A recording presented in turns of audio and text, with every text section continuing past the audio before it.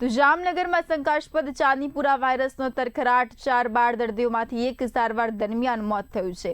3 બાળકો આઈસીયુમાં સારવાર હેઠળ તો 2 દર્દીઓના રિપોર્ટ નેગેટિવ આવ્યા।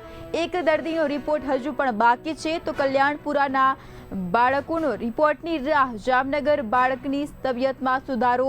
જીજી હોસ્પિટલમાં નિષ્ણાતોની ટીમ સારવારમાં વ્યસ્ત થઈ છે। આઈસીયુમાં તમામ આધુનિક સારવાર સુવિધા ઉપલબ્ધ કરાઈ। આરોગ્ય વિભાગ સમગ્ર સ્થિતિ પર નજર રાખી રહ્યું છે।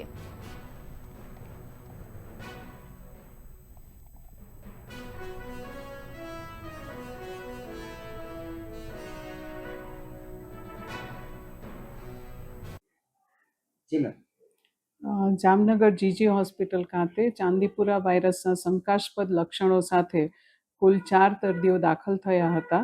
એમાંથી એક દર્દી જે જામનગરનો છે તેનું મૃત્યુ થયેલ છે અને બાકીના 3 દર્દીઓ અત્યારે દાખલ છે અને સઘન સારવાર હેઠળ છે અને એમાંથી પણ 2 દર્દીઓના ચાંદીપુરા વાયરસના રિપોર્ટ નેગેટિવ આવી ગયા છે અને એક જે દર્દી જે કાલે દાખલ થયું છે જે કલ્યાણપુર તાલુકામાંથી આવેલું છે એનું રિપોર્ટ હજી આવ્યો નથી અને બધા 3 દર્દીઓની હાલત ગંભીર છે।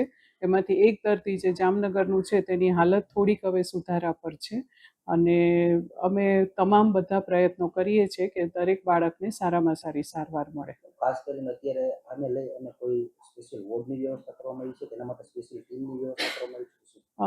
અત્યારે અમારી પાસે જેટલા દર્દીઓ આવે છે એટલા માટે અમારું જે ઇન્ટેન્સિવ કેર યુનિટ છે તે તમામ સાધનો સુવિધાઓ સાથે સજ્જ છે અને તમામ ડૉક્ટરો પણ ખડે પગે બધા દર્દીઓની સારવાર માટે હાજર છે।